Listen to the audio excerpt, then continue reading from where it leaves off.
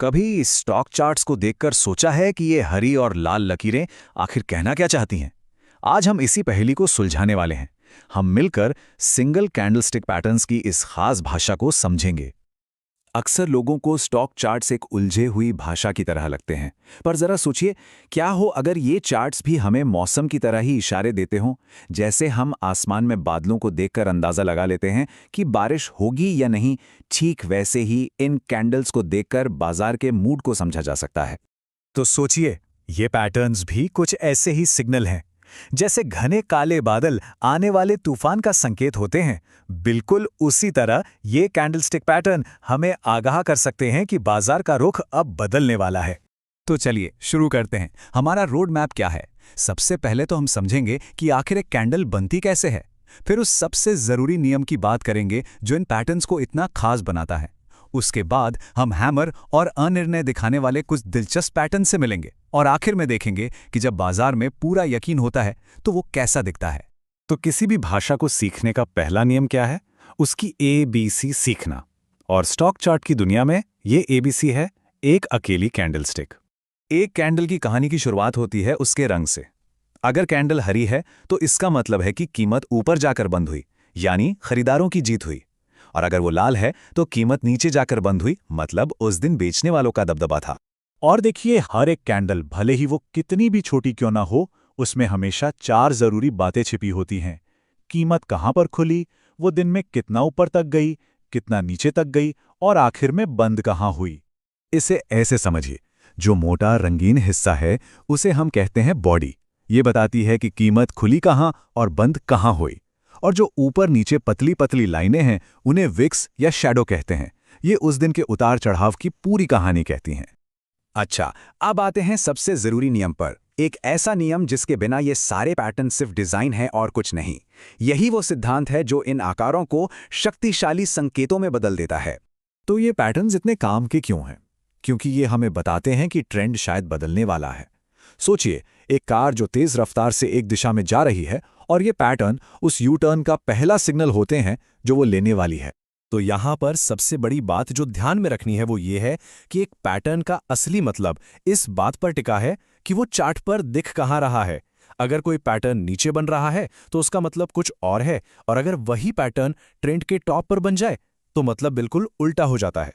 चलिए, अब कुछ असली पैटर्न से मिलते हैं।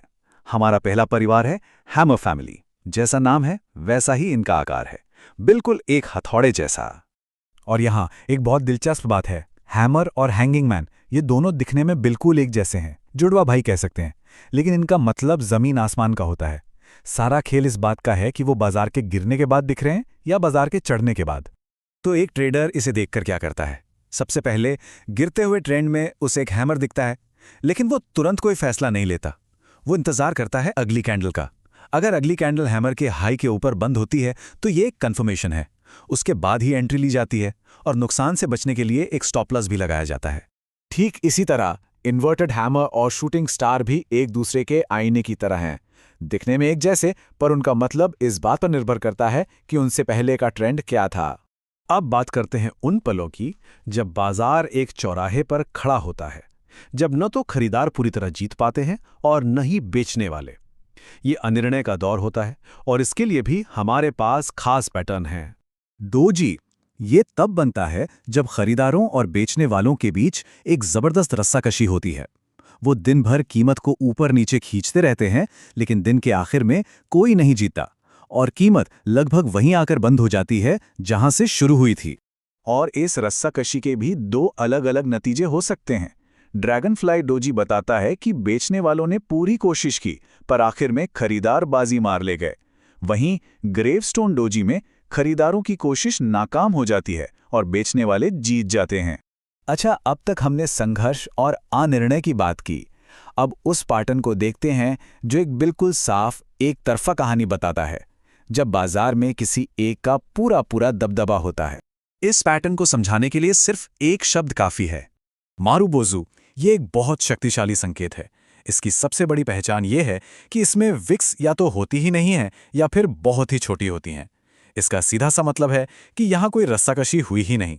एक टीम ने शुरू से आखिर तक खेल पर राज किया। अगर ये हरी है तो मतलब खरीदारों ने कीमत को खुलने के साथ ही ऊपर ले जाना शुरू किया और सबसे ऊंचे पॉइंट पर ही बंद किया। और अगर ये लाल है तो मतलब बेचने वाले पूरे दिन हावी रहे, कोई कंफ्यूजन नहीं, सिर्फ और सिर्फ कंट्रोल। तो संक्षेप में हमने क्या सीखा कि हर कैंडल की एक बनावट है और उसकी एक कहानी है, लेकिन उस कहानी का असली मतलब तभी समझ आता है जब हम उसका संदर्भ देखते हैं, यानी वो चार्ट पर कहाँ बन रही है, हैमर हो, डोजी हो या मारुबोजू। बनावट और संदर्भ ही इन पैटर्न्स को समझने का असली रहस्य है। हाँ, एक बात हमेशा याद रखनी चाहिए, ये पैटर्न्स सिर्फ एक संकेत हैं, कोई गारंटी नहीं। ये बताते हैं कि क्या हो सकता है।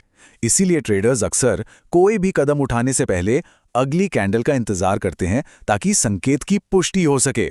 तो अब चार्ट की एबीसी थोड़ी बहुत समझ आने लगी है। जो पहले शायद सिर्फ बेमतलब की लकीरें थीं, अब वे बाजार के मूड की कहानी कह रही हैं। सवाल यह है कि इस नई भाषा को सीखने के बाद अब चार्ट्स में क्या दिखाई देगा।